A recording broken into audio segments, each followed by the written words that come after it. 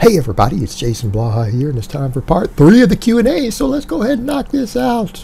Alright, first question. Hey coach, I've been running Madcow for 9 weeks, and I've made loads of new strength gains. Put about 10 kilograms on all my lifts. Some even more, but I've hit a wall because I have developed what can only be described as shin splints in my upper arms. I can't do any heavy pressing, pulling, or even support the bar on my back during squats. The pain is that intense and debilitating. Are you familiar with this happening? Have I just strained the muscles in my arms for too much heavy lifting? How would you suggest I go about recovering? Thanks. You need a deload, man. You need a deload, brother. Yeah, you need to take a whole week of doing 50% reduced weight. If you've been doing 200 pounds on lift, drop it to 100. If you've been doing 200 kilos, drop it to 100 kilos. All right, you need a full 1 week deload, right? You need a deload. You need to just be doing active recovery. You need a full week to let your body heal, up your protein, get more sleep during that week. Add some extra naps in. You need to recover. This is a recovery issue, brother. But you know, you've been making progress, and like I said, you're running Madcows. I'm gonna assume you're not a novice anymore. Madcows is not really for novices, but so you've made good progress. You've reached your limits for now, man. It's time for you to reevaluate your recovery. You need that deload. You need a little more food. You need more sleep, and you know, again, soak those arms in some hot water, massage them. Again, make sure your nutrition's on point, and then come back, and you'll be able to start smashing it again, man. It's just you've chronically overreached. You've pushed beyond your limits. But hey, that's good. At least you know you have some work ethic. You know, that's a good thing. All right, next question. Hey coach, hope you can shed some light on my situation. I really like full body training, and I like to do it every day, obviously with moderate volume, something like 3 sets per exercise. I mainly only do squats, press, weighted chins and dips, incline press. All my life I use linear progression but no structured program. My 1 rep maxes are something like this right now. Squats 210 kilograms. Press 125 kilograms. You talk about the overhead press? Jesus. Chins with 50 kilograms and dips with 80 kilograms. I'm hovering at 95 kilograms. So guys are wondering, that's about 210. Around 9 to 10% body fat by DEXA. I'm looking for a program that matches my style of training and has structured progression, but couldn't find any. Would you have something to recommend? Ran Bulgarian for a few months, but I'm looking for something that uses 3 to 5 rep range. Greatly appreciate your content. Seriously, keep up the good work. Damn, son. No, that's amazing progress. That's amazing progress. Look, if you like this style of training, here's what I'm going to recommend. Why don't you just run Bulgarian with back off work? It sounds like you have the work capacity for it. It sounds like you've got the strength for it. I mean, your body composition's really on point. What I would recommend to someone in your situation, just run the normal Bulgarian, but with your preferred lifts, and do a back off 3 to 5 rep set. That way you can get those 3 to 5. You still get that heavy single. Because I'm going to tell you right now, you start running 3 by 5. 3 by 5, you talk about 3 sets every day. You will bury yourself. That from a metabolic fatigue situation, that's too much.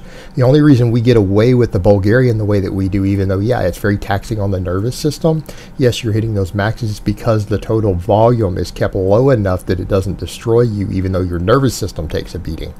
You're not going to be able to do 3 by 5 every day on the same big exercises back to back to back. You will burn out eventually. You're going to have to go lower than that on reps. So what I'm going to say is maybe do like the Bulgarian with a back off set.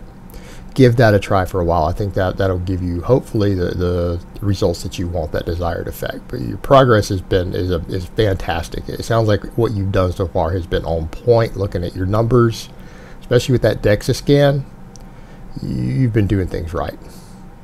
All right, next question. Coach, do you have any deadlifting advice for people with T-Rex arms and long torso? I really struggle at the bottom as I find my lower back tends to get round as I get into the heavier weights, and it's increasingly hard to lock out given that top position is at my hips. Any advice would be greatly appreciated. You gotta learn to get tighter at the bottom. All right, short arms are a disadvantage on the deadlift.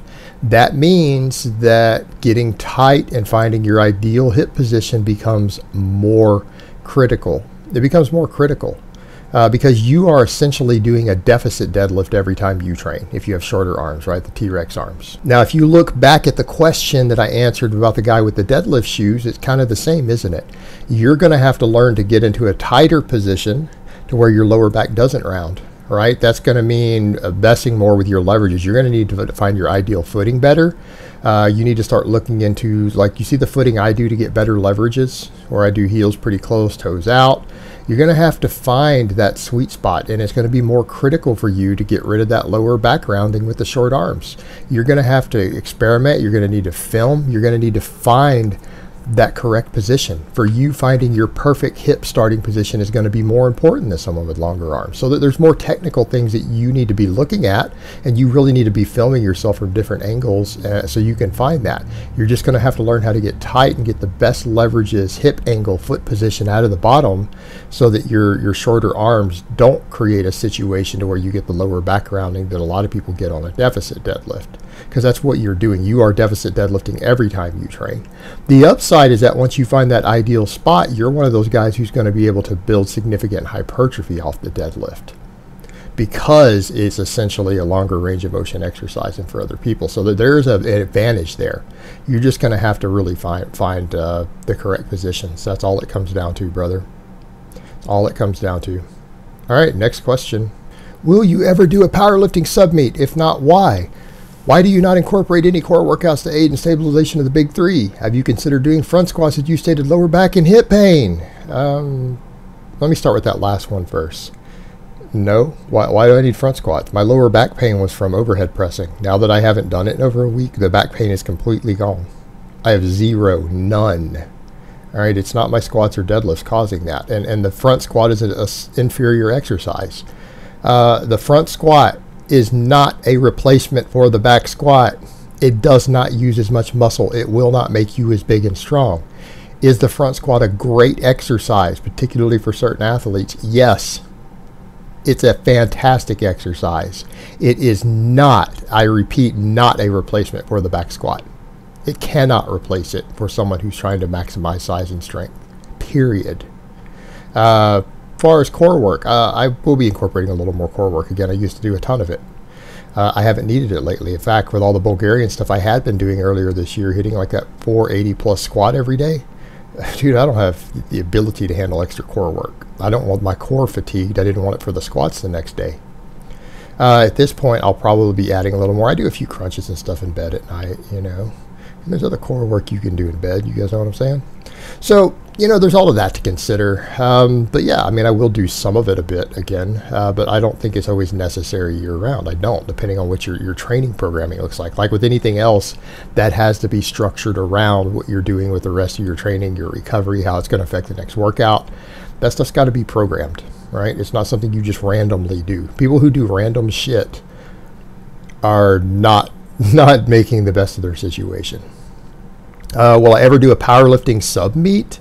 Do you mean like a single lift meet? No. That stuff's a joke. I mean, I'm sorry, and I'm not trying to be disrespectful to people who choose to specialize in one lift, but that's not powerlifting. That's being a one lift specialist. And in fact, you can specialize in one lift and be really weak. In other words, if you have someone who doesn't train their legs and they use the fact that they get their body weight way down by letting their legs atrophy, and then they become a bench press specialist, do you really think that person is strong?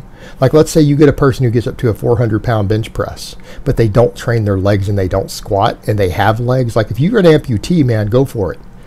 But even the one-leg monsters out there squatting over 400 with one leg, he's deadlifting 600 with one leg. So if you have functioning legs and you choose to be a bench press specialist and you don't train your lower body so that you can get a better bench just for bench pressing, is that person strong? No. I don't think of that person as strong, and I don't think of them as a power lifter. I'll be, hey, you got a great bench press, but if you actually call that person strong and they can't even squat over 400 pounds but they bench 400, that person's not strong. Do you really respect that as a strength athlete? I don't. So why in the world would I do any of these single lift meets? I mean, it's just not my thing. I mean, you know, I guess if you were going to set a record, like let's say my deadlift got really, really, really good for my age category and weight, and, you know, I wanted to go try to set a record in the deadlift, I guess I could let my upper body atrophy and go do a deadlift only meet just to get that record.